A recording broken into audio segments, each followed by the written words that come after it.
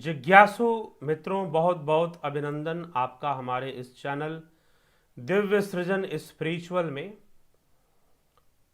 और प्रत्येक दिवस की भांति आज भी हम अपना यह कार्यक्रम प्रारंभ कर रहे हैं, तो आप सभी इससे जुड़ें और इसका पूरा पूरा लाभ उठाएं। जो मित्र पूर्व उपस्थित, उन सभी का अभिनंदन। जगत नारायण जी, चंदन जना जी, माधुरी कोले,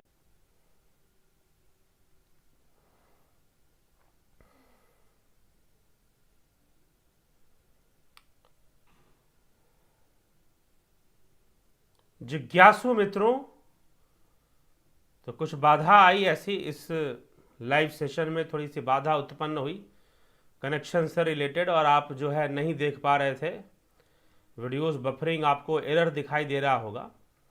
तो 2 दिन से लगभग इस प्रकार की बाधा का सामना करना पड़ रहा है। कल भी करना पड़ा, आज भी करना पड़ा।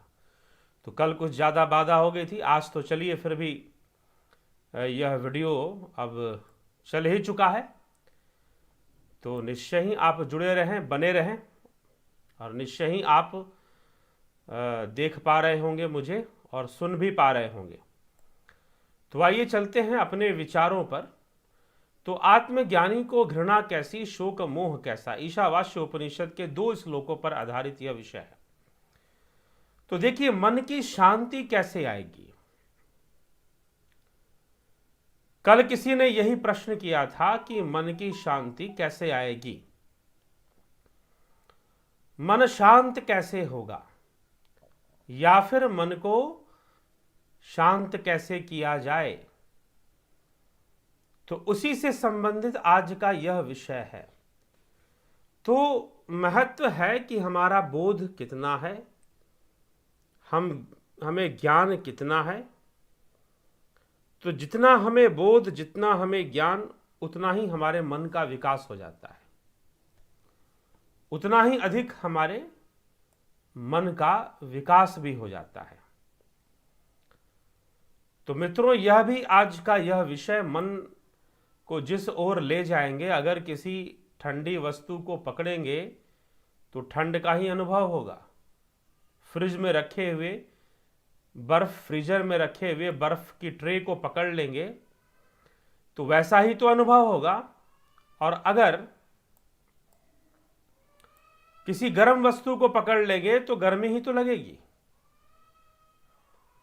तो जैसा व्यक्ति संग करेगा, जैसा व्यक्ति ध्यान करेगा, वैसा ही बन जाएगा। ध्यायतो विषयान पुंस संगस्ते शुपजायते संगात संजायतु काम कामादो क्रोधो अभिजायते क्रोधाद भवति सम्मोह सम्मोहात स्मृति विभ्रम स्मृति भ्रंशाद बुद्धिनाश बुद्धिनाशात प्रणश्यति। तो जैसा आप करेंगे वैसा ही तो प्राप्त होगा, जिसका आप संग करेंगे। तो जिसका आप संग करेंगे वह संग ही हमें वैसी वृत्ति और वैसे गुण प्रदान करने शुरू कर देंगे।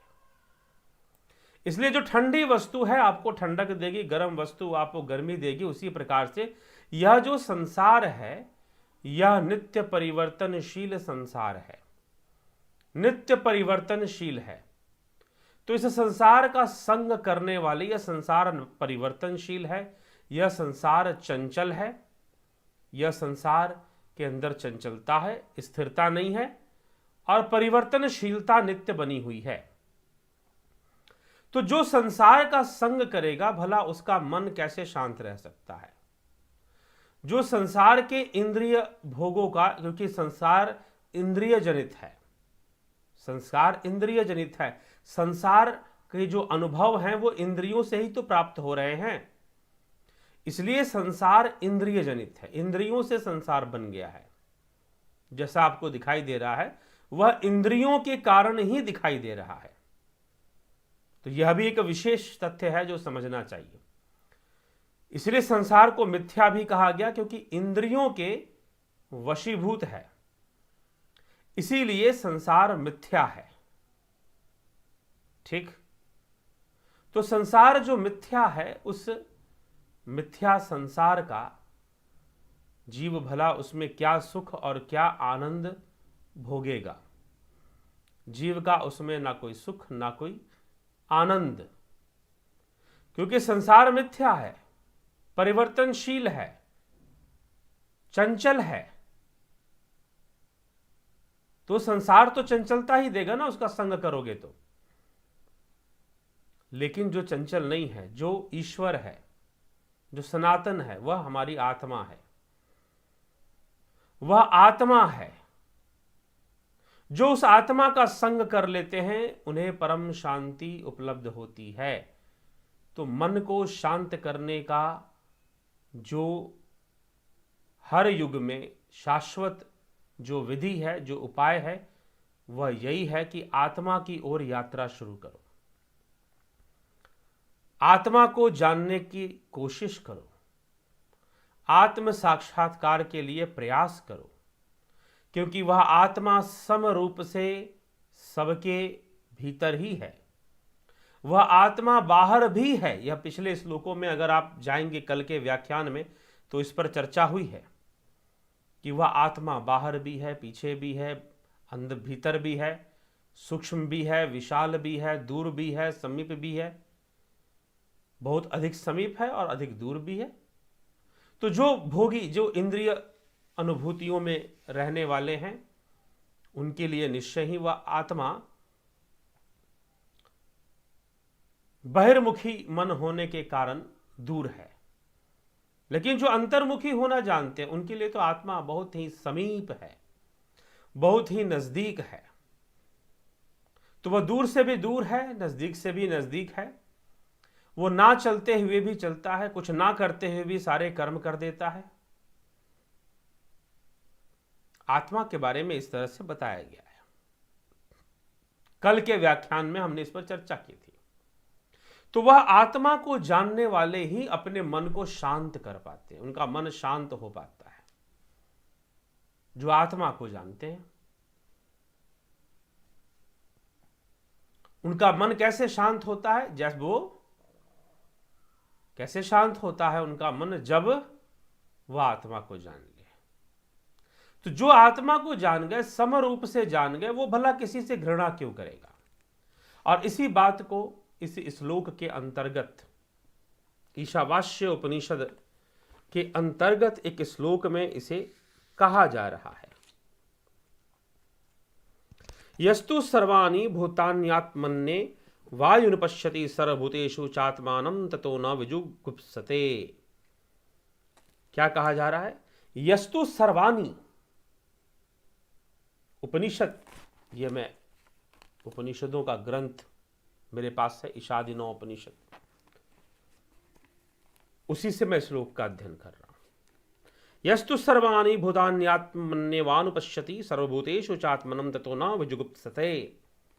विजुगुप्सते, परंतु जो मनुष्य संपूर्ण, तू यह सर्वाणि, जो मनुष्य संपूर्ण भूतानि, प्राणियों के, भूतानि मतलब देखिए सभी, यहां पर भी लिखा जा रहा है क्या? वही बात जो श्री कृष्ण ने गीता में क्या कहा? अहम आत्मा गुडाकेश सर्वभूताश स्थित।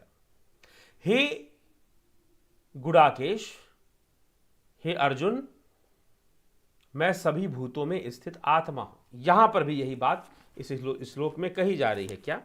यस्तु सर्वाणि भूतान्यात्मन्येवानुपश्यति सर्वभूतेषु चात्मानं ततो न विजुगुप्सते। परंतु जो मनुष्य संपूर्ण प्राणियों को आत्मा में निरंतर देखता है और संपूर्ण प्राणियों में आत्मा को उसके पश्चात भी देखता है, भला इसके बाद वह किसी से घृणा नहीं करता। क्यों करेगा घृणा? यह बात कही जा रही। जिसने सबके भीतर आत्मा को देखा और जिसने आत्मा में सबको देखा, सभी प्राणियों को देखा, क्योंकि आत्मा प्राणियों से ही उसका संबंध है। सभी भूतानि, यहां पर भी भूत शब्द का प्रयोग है। सभी भूत, भूत मतलब जीव, जीव। तो उन सब में जो देखता है वह किसी से भी घृणा नहीं करता, किसी से भी घृणा नहीं करता। अगले श्लोक में फिर कह रहे हैं, यस्मिन् सर्वाणि भूतान्यात्मैवाभूत विजानतः तत्र को मोह कः शोक एकत्व मनुपश्यतः। यस्मिन् विजानतः, जिस स्थिति में वह आत्मा भली भांति जानने वाले पुरुष के संपूर्ण प्राणी आत्मा एकमात्र वही आत्मा ही हो चुके, अर्थात आत्मा का ध्यान करते हुए आत्म साक्षात्कार करने वाले स्वयं आत्मस्वरूप हो जाते हैं। उस अवस्था में, जिस अवस्था में वो आत्मस्वरूप हो गए, जिस अवस्था में वो स्थित प्रज्ञ आत्म स्थित हो गए, अर्थात एक ही भाव अवस्था में चले गए, वैसे जो योगी हैं, जो आत्म स्थित हो गए, एक ही भाव अवस्था में जो चले गए, वैसे जो योगी हैं, वह योगी क्या है जी? ऐसे योगी एकता का एकमात्र परमेश्वर का अनुपस्थित निरंतर साक्षात करने वाले पुरुष के लिए, जो आत्मा का साक्षात करता है, जो आत्म साक्षात्कार का ध्यान करता है, वह जो आत्मा का साक्षात करता है, करने वाले पुरुष के लिए कौन सा मोह और कौन सा शोक? ना उसके लिए कोई मोह है और ना उसके लिए कोई शोक है। तो वह मोह शोक से सर्वथा रहित आनंदपूर्ण रहता है। तो जिसने आत्मा को जान लिया, क्योंकि आत्मा में जब कोई परिवर्तन नहीं, वह नित्य है, उसमें भरा, तो आत्म साक्षात्कार करने वाले योगी के लिए भला कैसे शोक और मोह हो सकता है? और जिसने सब प्राणियों के भीतर आत्मा को जान लिया, देख लिया, और आत्मा में सारे प्राणियों को देख लेता है, संपूर्ण संसार ही आत्मा के अंतर्गत है, जो इस प्रकार से जान लेता है, बाहर भीतर से भी जान लेता है, उसके मन में कभी घृणा पैदा नहीं होती किसी के प्रति। और जिसने आत्म साक्षात्कार कर कर एक ही भाव होते हुए स्थित प्रज्ञ हो गया, आत्म स्थित हो गया, तो भला उसमें घृणा तो छोड़ दीजिए, शोक और मोह भी क्यों पैदा होने लगा? 2 श्लोकों के अंदर 6ठे और 7वें श्लोक ईशावास्य उपनिषद में इसका वर्णन किया जा रहा है। तो पहले तो आत्मज्ञान के विषय में थोड़ा बताया गया और फिर इस पर चर्चा की जा रही है। किस पर? कि आत्मा को जानने वाले, आत्मा का साक्षात्कार करने वाले, वह कभी किसी से घृणा नहीं करते और वह कभी शोक और मोह भी नहीं करते। तो मित्रों, यहां पर एक प्रश्न उठता है, क्या श्री कृष्ण आत्मज्ञानी थे, अर्जुन को भी आत्मज्ञान की ही चर्चा कर रहे हैं, तो फिर क्या युद्ध करने के लिए भी कह रहे हैं? तो क्या बिना घृणा के? जी हां, बिना घृणा के। अपना कर्तव्य कर्म निभाने हेतु अर्जुन के पास युद्ध करने का कोई विकल्प नहीं है, क्योंकि अगर वह युद्ध से पलायन करता है, पीछे हटता है, तो दुर्योधन तो पीछे नहीं हटने वाला, वो तो करेगा ही करेगा। यह भी एक समस्या थी। और धर्म रक्षा की जो कर्तव्य है, वह अर्जुन को निभाना था। अर्जुन के सामने कर्तव्य रूप में युद्ध खड़ा था, उसे अपने कर्तव्य की पालना करनी थी। इसीलिए श्री कृष्ण उसे उपदेश दे रहे हैं, लेकिन उसे आत्मज्ञान दे रहे हैं ताकि उसके मन से घृणा भाव खत्म हो जाए। युद्ध तो करे लेकिन घृणा भाव ना रखे। धर्म की स्थापना हेतु, धर्म रक्षा हेतु वह युद्ध करे, ना कि घृणा भाव से युद्ध करे, शत्रु भाव से युद्ध करे। घृणा भाव से नहीं, कर्तव्य भाव से, कर्तव्य बोध से युद्ध करे। तो किसी के प्रति घृणा नहीं रखनी है, इसका मतलब यह भी नहीं होता कि कोई हम पर अत्याचार करते जाए और हम उसके अत्याचार को लंबे समय तक सहन करते जाएं, क्योंकि अत्याचार को सहन करने से अत्याचारी का मनोबल तो बढ़ेगा, दंभी का मनोबल तो बढ़ेगा, तो उसका वह मनोबल बढ़ना भी उचित ना है, इससे वो और अधिक पाप करेगा। तो यहां पर घृणा का मतलब क्या है कि घृणा नहीं करनी चाहिए, घृणा करनी नहीं चाहिए, उसे वो घृणा करता ही नहीं है, क्योंकि उसने सब प्राणियों में आत्मा को जाना और आत्मा में सभी प्राणियों को देख लिया, जान लिया। तो अब घृणा किससे करे? सब तो एक ही तत्व से बने हैं, किससे घृणा करे और क्यों घृणा करे, यह प्रश्न उसके ऊपर उसको मिल जाता है। अब उसको घृणा उसके मन से खत्म हो जाती है और कर्तव्य बोध से ही वह सभी प्राणियों के कल्याण हेतु अपना कर्म करता है। उस कर्म में अगर उसे युद्ध भी करना है तो वह भी करता है, क्योंकि सभी प्राणियों का कल्याण उसमें है। तो आत्मज्ञानी अगर कुछ कर्म भी करते हैं तो परोपकार हेतु, कल्याण हेतु, ठीक। तो वह कल्याण हेतु ही किसी का प्रचार करते हैं और वह लोगों को उद्धार हेतु ही कर्म करते हैं, कर्तव्य की पालना करते हैं। तो यह ज्ञानियों की विशेषता है। और उसी को इसी संदर्भ में जो आत्मा का साक्षात्कार करने वाले हैं, जो आत्मा को जानने वाले हैं, उनके लिए यह बात कही गई कि ना तो वो किसी से घृणा करते हैं और साथ ही साथ ना ही वह किसी के प्रति घृणा भाव रखते हैं। विपरीत रूप में वह सहायक ही होते हैं, सहायता करने वाले ही होते हैं। वह किसी के प्रति घृणा भाव रखना उनके लिए संभव ही नहीं, क्योंकि वो तो आत्मा को जानने वाले हैं, और जो आत्मा को जानने वाले हैं वो भला क्यों किसी के प्रति घृणा भाव रखेगा। हमें यह विचार करना चाहिए, हमें यह समझना चाहिए। तो जिज्ञासुओं, यह विषय है आज के इस 2 श्लोकों पर जो हमने चर्चा की। आगे हम देखते हैं आपके प्रश्न कमेंट।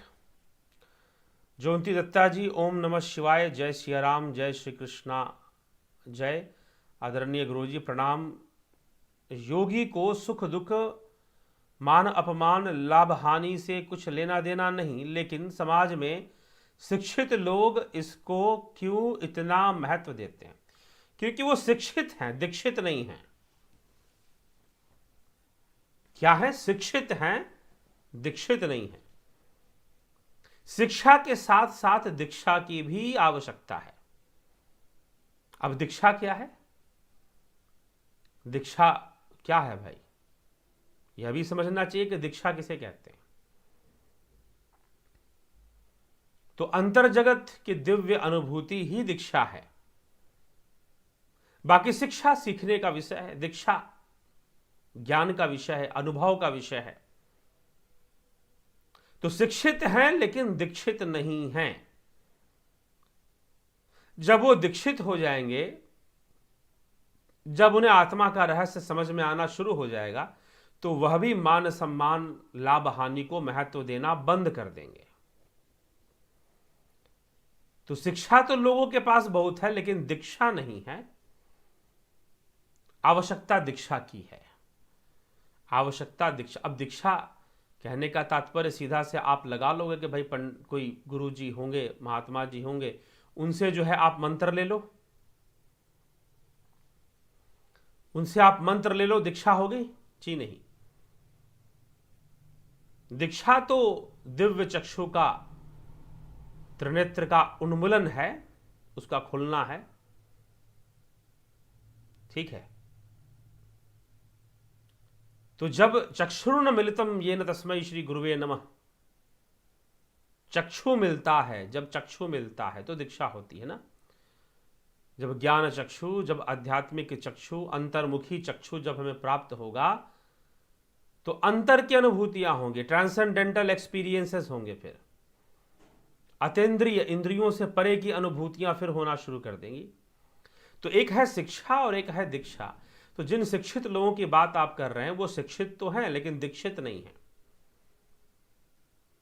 दिव्य दीक्षित होंगे तो दिव्य दर्शन होगा, दिव्य अनुभूति होगी, फिर वो उनके पास नहीं। वो आत्मा की ओर आगे बढ़ेंगे, आत्म तत्व को जानने के प्रयास में आगे बढ़ेंगे, और जब जानने के प्रयास में आगे बढ़ेंगे तो जान भी जाएंगे एक दिन। तो जानना आवश्यक है जिज्ञासुओं।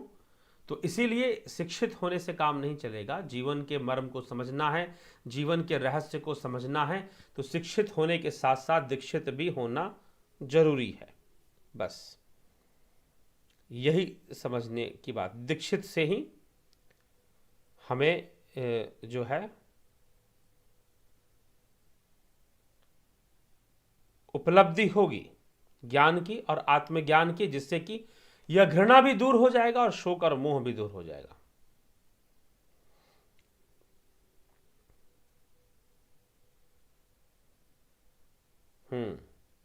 एक और मित्र ने प्रश्न किया है, उनके प्रश्न को लेते हैं। गुरुजी, बहुत से लोगों ने बताया कि हम पहले पूजा पाठ ध्यान कर लिया करते थे। तरनजीत सिंह जी का यह प्रश्न है। करते थे, पर जब से शादी हुई है तब से टाइम ही नहीं मिलता है। सुबह से रात तक कामकाज में ही निकल जाता है और ऊपर से बच्चों की स्टडी का खर्चा, बीमारियां, लाइफ पूरी बिजी हो गई है। अगर अब हम कुछ पाठ पूजा या मंदिर गुरुद्वारे भी जाते हैं तो भी कामना लेकर ही जाते हैं कि हमारा बच्चों का नंबर सही आ जाए, वो लिख जाए, वो पढ़ लिख जाए, हमारे प्रमोशन हो जाए।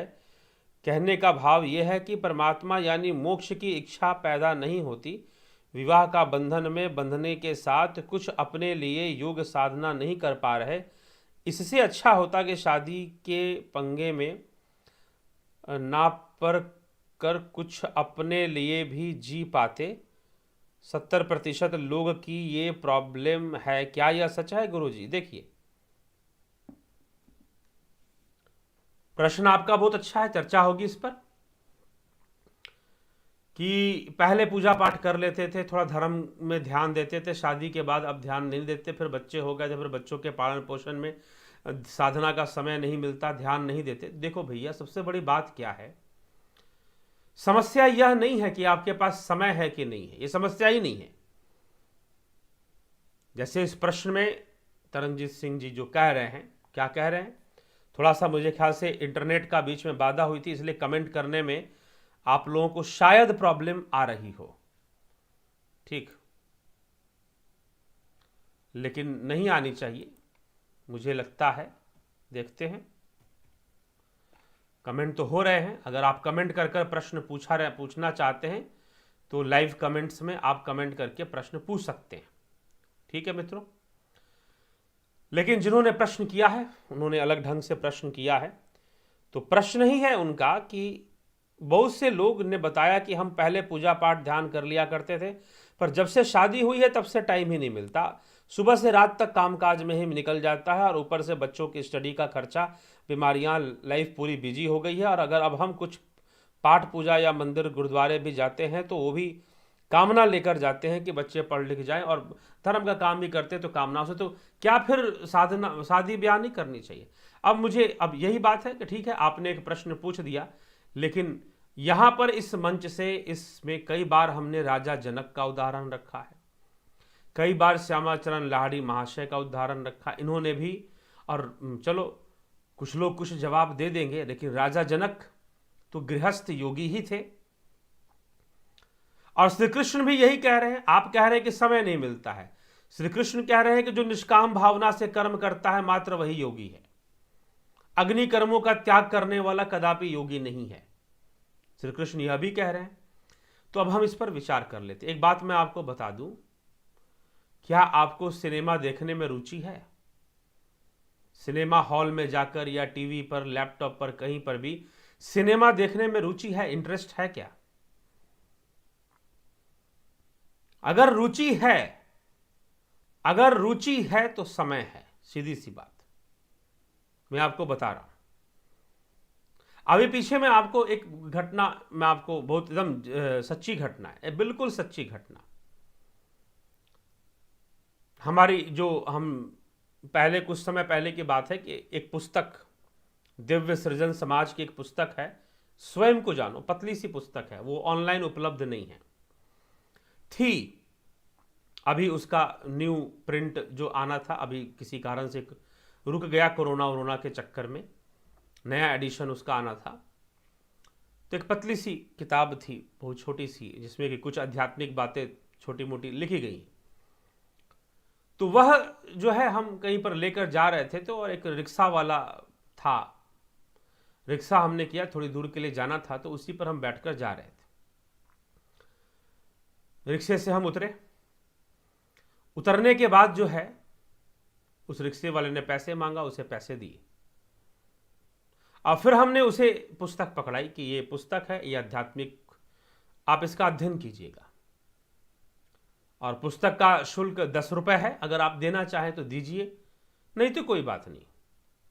उसने कहा कि नहीं साहब, मैं तो गरीब आदमी हूं, जैसे तैसे रोजी रोटी चलाता हूं, जैसे तैसे रोजी रोटी चलाता हूं, मैं तो गरीब आदमी हूँ, रोजी रोटी जैसे तैसे मेरी चलती है, मैं नहीं खरीद पाऊंगा आपके 10 रुपए की पुस्तक। चलो ठीक, नहीं ली उसने पुस्तक। मैंने कहा कि तुम्हें ऐसे दे देता हूँ मैं, और उसने ले ली, मैंने दे दिया उसको फ्री में, निःशुल्क मैंने उसको प्रदान कर दिया, दे दिया, पढ़ना इसे। उसने कहा कि ठीक है जी, ज़्यादा पढ़ा लिखा नहीं हूँ लेकिन फिर भी पढ़ूंगा। अच्छी बात है, कोशिश तो करेगा पढ़ने की। अब इतने देर में हमने क्या देखा कि उसने अपने जेब से सिगरेट निकाली और सिगरेट निकालकर फूकने लगा। मैंने कहा उससे, पूछा उससे कि भाई आप गरीब आदमी हैं, मैं भी कोई करोड़पति अरबपति नहीं हूं, वो साधारण व्यक्ति हूं, तभी आपके रिक्शे में चल रहा हूं। मुझे एक बात बताइए आप, कि आप गरीब आदमी हैं, कितना सिगरेट पीते होंगे? उसने कहा कि 10 पी जाता हूं, 10 से 12 सिगरेट मैं दिन भर में पी जाया करता हूं। मैंने कहा कि वाह भाई, तो सिगरेट पीने के लिए गरीब नहीं है, वो नशेड़ी, वो गरीब है अपने बच्चों को स्कूल भेजने के लिए, अपने पत्नी के कपड़े खरीदने के लिए, बच्चों की किताबें खरीदने के लिए वो गरीब है। नशा करने के लिए कभी गरीब नहीं होता। अगर उसे दारू पीना है, शराब पीना है, चरस पीना है, गांजा पीना है, उसके लिए उसकी गरीबी कभी नहीं आती, उसके लिए वो कभी गरीब नहीं बनता, लेकिन अपने बच्चों की किताबों के लिए वो गरीब बन जाता है। तो एक बात बताइए कि भाई शराबी अपने बच्चों के किताबों के लिए गरीब, पत्नी के कपड़ों के लिए गरीब, लेकिन शराब के लिए जरा सी भी गरीबी नहीं। कहीं ना कहीं से व्यवस्था हो ही जाती है उसकी। क्या है यह? रुचि है, रुचि है। तो आप विवाहित हैं या नहीं विवाहित हैं, संसार बाहर नहीं है, संसार आपके मन में है। जंगल में जाओगे, गुफाओं में चले जाओगे, घर छोड़कर आश्रमों में चले जाओगे, फिर भी संसार है। माया तजे तो क्या तजे, मान तजा नहीं जाए, मान भय मुनिवर गले, मान सबन को खाए। साधु सन्यासी भी हो गए तो क्या मान तक त्याग दोगे? और अगर मान भी रह गया तो सब गया काम से। मोक्ष तो छोड़ दीजिए, भूल जाइए, मोक्ष तो सिर्फ सपनों में है आपके, हकीकत में कहां से आएगा? तो माया तजे तो क्या तजे, मान तजा नहीं जाए, ये लोगों का छूटता नहीं है, समस्या यहां पर है। तो गृहस्थ जीवन शुरू हो गया और फिर उनको टाइम नहीं मिल रहा। टाइम वाली बात ही नहीं है ना। जैसे शराबी के लिए गरीबी नहीं होती, शराब के लिए वो कभी गरीब नहीं होता। बच्चों के स्कूल के फी के लिए गरीब हो जाएगा, बच्चों के किताबों के लिए गरीब हो जाएगा, पत्नी के कपड़ों के लिए गरीब हो जाएगा। दारूबाज कभी दारू के लिए गरीब नहीं होता। तो समझना पड़ेगा यह विषय। ये बड़ी विचित्र बात है ना कि एक दारूबाज दारू के लिए गरीब नहीं हो रहा, हर चीज के लिए गरीब हो जा रहा है। तो वैसे ही ये समय वाली बात है कि हमको समय नहीं मिलता। भैया जब तुम्हें ध्यान का नशा होगा ना तो समय ही समय मिलेगा। जब तुम्हें वास्तव में साधना करनी होगी ना तो समय ही समय मिलेगा। शादी क्या, तुम 3-3 शादियां कर लोगे तो भी समय मिल जाएगा। याज्ञवल्क्य मुनि ने 2 विवाह कर लिए, क्या उन्हें साधना के लिए समय नहीं मिलता था? तो भी समय मिलता था। और उन्होंने जैसी उनकी उम्र हो गई, उन्होंने वानप्रस्थ ले लिया, घर छोड़ दिया, पत्नियों से कह दिया कि अब मैं वानप्रस्थ धारण कर रहा हूं, संन्यास ले रहा हूं, अब मैं तपस्या करने वन में जाऊंगा, मैं गृहस्थी में नहीं रहूंगा, कहकर चले गए। क्योंकि नशा तो 2-2 पत्नियां थी तो क्या था, नशा तो किसी और चीज का था ना। याज्ञवल्क्य मुनि को नशा तो योग का नशा था, ब्रह्म में लीन होने का नशा था।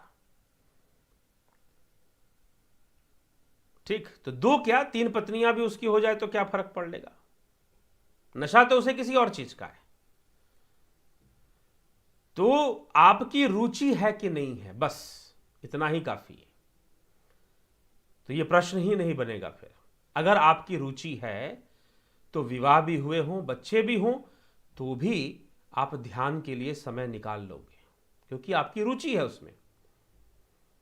अगर सिनेमा देखने में आपकी रुचि है तो सब कामों को साइड कर कर आप सिनेमा देखने के लिए समय निकाल लोगे। जैसे एक दारूबाज भले अपनी पत्नी के कपड़े ना खरीद कर देता हो, अपने बच्चों की किताबें खरीद कर ना देता हो, उनके स्कूल की फीस ना देता हो गरीबी के नाम पर, लेकिन दारू पीने के लिए तो वो कैसे ना कैसे व्यवस्था कर ही लेगा। वैसे ही जो योगी है, जिसको नाम का नशा, प्रभु नाम का नशा, उसके पास समय की कमी नहीं है जी। वो शादीशुदा हो, चाहे योग रतो वा भोग रतो वा संग रतो वा संग विहीन, योग रतो वा योग में रहे, चाहे भोग में रहे, संग में रहे, चाहे विसंग में रहे, योग रतो वा भोग रतो वा संग रतो वा संग विहीन, किसी भी अवस्था में रहे उसका योग तो होगा, क्योंकि योग ही उसकी प्रकृति है। योग में उसकी विशेष रुचि है, और योग में जिसकी विशेष रुचि बन गई, साधना में ध्यान में जिसकी विशेष रुचि बन गई, उसको अब वो चाहे गृहस्थ हो चाहे कहीं भी रहता हो, समय उसके पास है। ये नहीं कह सकते कि समय, क्योंकि उसकी रुचि उसमें है। तो जो लोग ये कहते हैं कि हमारी तो शादी वादी हो गई, अब हम क्या ध्यान साधना करेंगे, हमें समय नहीं मिलता, हमें मंदिर जाने का भी समय नहीं मिलता, पूजा का भी समय नहीं मिलता, हम क्या ये सब करेंगे, हमसे अब ये सब नहीं होगा। सच्चाई ये नहीं कि तुम्हारे पास समय की कमी, सच्चाई है कि तुम्हारी रुचि नहीं है। अगर रुचि होगी तुम कैसे भी समय निकालोगे। अगर तुम्हें उसके महत्व का पता होगा तुम कैसे भी समय निकालोगे।